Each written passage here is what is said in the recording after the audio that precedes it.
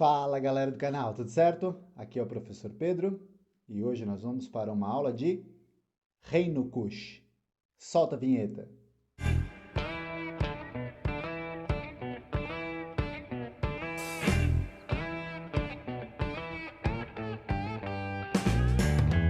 A história do Reino Kush está intimamente ligada à história do Egito, porque eles viviam no extremo sul do antigo Egito. Os arqueólogos encontraram uma série de objetos como cerâmica, artesanato, pérolas, vasos de origem egípcia que comprovam então esse contato comercial muito intenso entre os dois povos. Assim como em terras egípcias também foram encontrados ébano, animais e outras coisas que pertenciam mais ao território do reino de Kush. Sabe-se também que por volta do ano de 1530 a.C., o reino de Kush foi conquistado pelos egípcios. E para administrar o território, o faraó então ele nomeava vice-reis, que ficava responsável por coletar os impostos e fazer com que o reino então se submetesse à vontade do antigo Egito. Essa pintura, por exemplo, foi encontrada em uma tumba de um dos vice-reis lá do reino de Kush.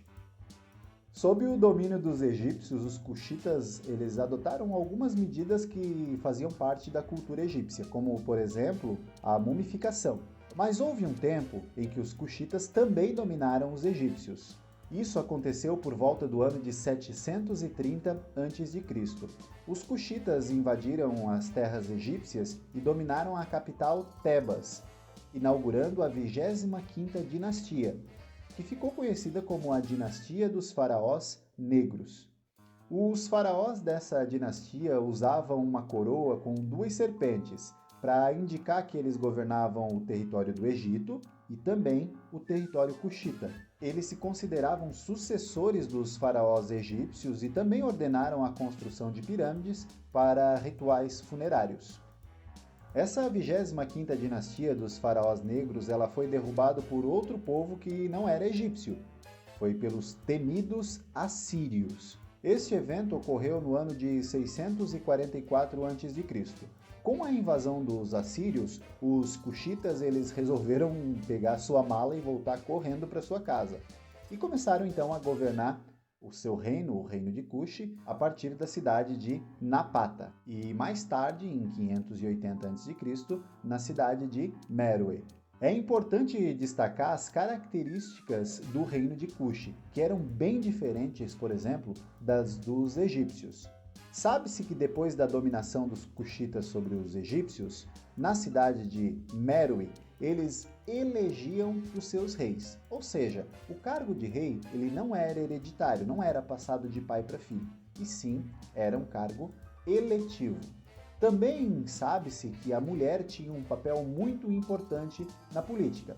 Elas eram chamadas de candaces e elas tinham muito poder concentrado em suas mãos. Os cuxitas eles tinham um sistema de escolha de reis muito peculiar.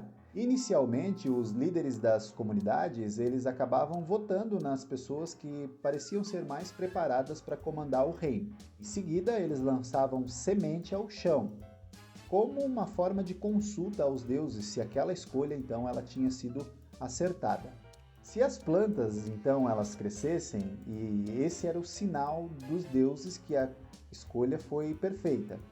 Era feita uma festa e o novo rei então era coroado. O rei ele era muito importante, por isso ele tinha guarda pessoal e uma série de grupos de pessoas que auxiliavam ele na condução do reinado. No reino de Kush, o militarismo ele era muito valorizado. Muitos grupos sociais acabavam entrando para o exército.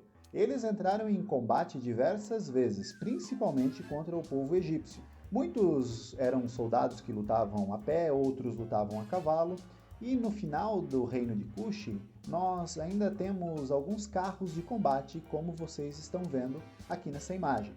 Esses carros de combate eles foram inspirados no povo assírio, que era um povo muito guerreiro do período em que os cuxitas estavam governando o Egito. O fato mais importante que a gente tem que entender é que os cuxitas, assim como outros povos daquela época, necessitavam de um exército forte, tanto para dominar povos vizinhos, quanto para se protegerem deles. E aí, tá gostando do vídeo? Não esquece, hein? No final deste vídeo nós teremos 5 curiosidades sobre o reino Kushita. Como nós falamos antes, a mulher ela exercia um papel de muita influência dentro do reino de Kush.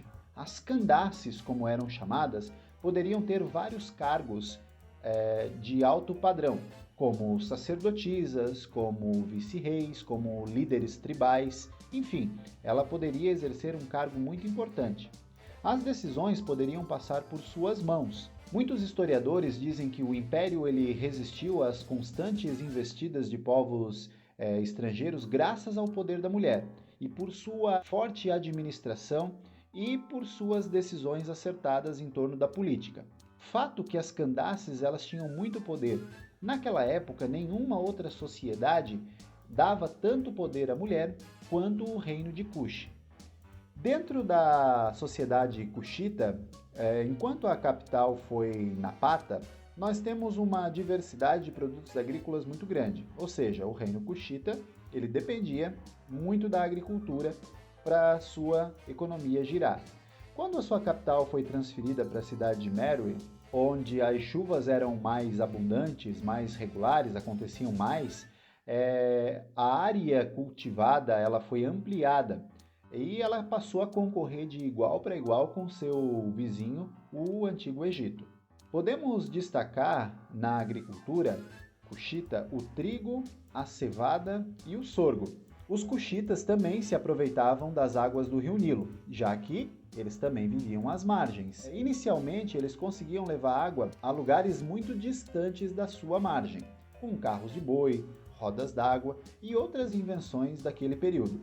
Outra questão importante se levantar do reino de Kush é a questão mineral. Eles tinham uma produção de ouro e rubi muito grande. Eles conseguiam extrair quantidades incríveis de ouro, rubi e ferro, fazendo deles um dos reinos mais ricos do mundo. Entre o artesanato, a gente pode destacar que os Kushitas eram excelentes, construtores de camas, joias, móveis, enfim, os seus artesanatos incluíam pedras preciosas. Por ser muito valorizado e prestigiado, esse artesanato ele era vendido não só dentro do reino Kushita, mas também a povos vizinhos, como os egípcios, os sumérios e até mesmo os persas, enfim, povos que viviam muito mais distantes do seu reino. A gente pode entender que a sociedade Kushita ela também era dividida, só não sabemos certo como funcionava essa estratificação. O certo é que o rei e a sua família ficavam no topo, enquanto os escravos eles ficavam lá na base. Nós entendemos que o reino Kushita ele era formado pela maioria das pessoas livres e trabalhavam como camponeses. Não se sabe ao certo ainda qual foi o motivo do declínio da civilização Kushita, mas pesquisadores trabalham incansavelmente para responder essas questões. O reino Kushita ele quase não era valorizado porque muitos pesquisadores viam essa civilização como uma civilização inferior à civilização egípcia. Porém, pesquisas atuais apontam que o reino de Kush ele é tão ou mais importante quanto o reino que prosperou também no Vale do Rio Nilo, quanto o reino do Antigo Egito. Eles eram também grandes construtores de pirâmides, como falamos anteriormente. E nas curiosidades, vocês vão entender um pouco mais sobre isso. Primeira curiosidade é, você pensa que é no Egito que tem mais pirâmides? Na verdade, não. O local onde tem mais pirâmides é lá onde estava o reino de Kush. Até agora foram encontradas cerca de 300 pirâmides. Ao longo do tempo, a civilização Kush ela foi se transformando e os seus descendentes foram os primeiros povos do continente africano a se converterem ao cristianismo. Podemos considerar que a primeira guerra santa do mundo ocorreu entre egípcios e o pessoal do reino de Kush. Em determinado momento, os Kushitas acreditavam ser povos mais fiéis aos deuses egípcios que os próprios egípcios. O reino de Kush foi responsável pela criação de 3 grandes cidades, Kerma, Napata e Meroe, que se tornaram suas capitais em determinados períodos da história. Após o fim da 25ª dinastia, o reino Kush voltou a ser um território independente. E, por incrível que pareça, eles começaram a abandonar um pouco a crença egípcia e passaram a se concentrar novamente em suas culturas antepassadas. Eu espero que você tenha gostado e entendido um pouco sobre a civilização cuxita. Deixem um like, deixem um comentário e ativem os sininhos para ajudar mais pessoas. Um abraço do professor Pedro e até a próxima!